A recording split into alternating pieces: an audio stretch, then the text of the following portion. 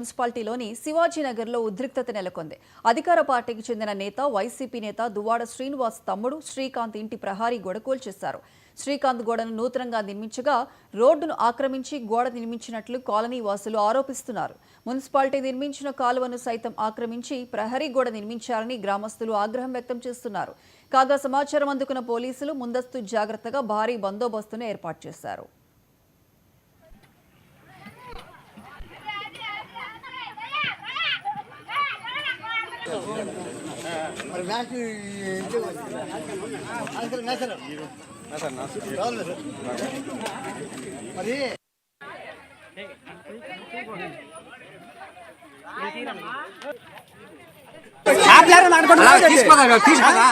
ఎన్ని రోజుల స్థలము ఇప్పుడు డెవలప్ అయింది, అతను స్థలం ఆక్రమించుకుంటుంది. అది ఎక్కడ న్యాయం చెప్పండి?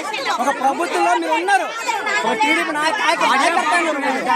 ఇన్ని రోజులు మేము అతను చాలా విలువ ఇచ్చారు సార్. మీరంటే మాకు చాలా విలువ.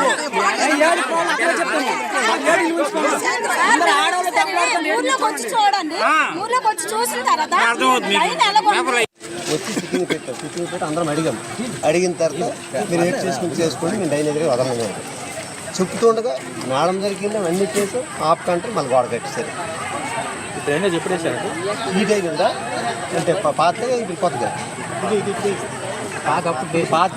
ఇది చాలా అయిపోతుంది.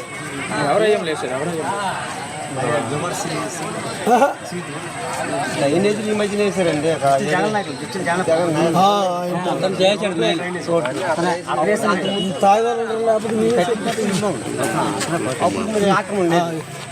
వచ్చి శివాజీ గారు ఇచ్చారు.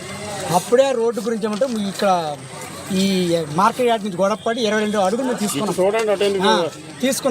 తీసుకున్నాక ఏమంటే అప్పుడే చేయాల్సి ఉంది. ఈయన ఎప్పుడు వచ్చారో తెలియదు, ఎప్పుడు ఏం కంటే తెలియదు. మా డ్రైనేజ్ మీద ఇప్పుడు మాత్రం కావాలి. మాకు పాతది ఎలాగ ఉందో అలాగ ఇచ్చే సరే. మాకు ఎగస్ట్రా రోడ్డు వద్దు, ఎగస్ట్రా మాకు ఈ డ్రైనేజ్ కూడా వద్దు. పాతది ఎలాగ ఉందో అలాగ ఇస్తే మాకు సరే.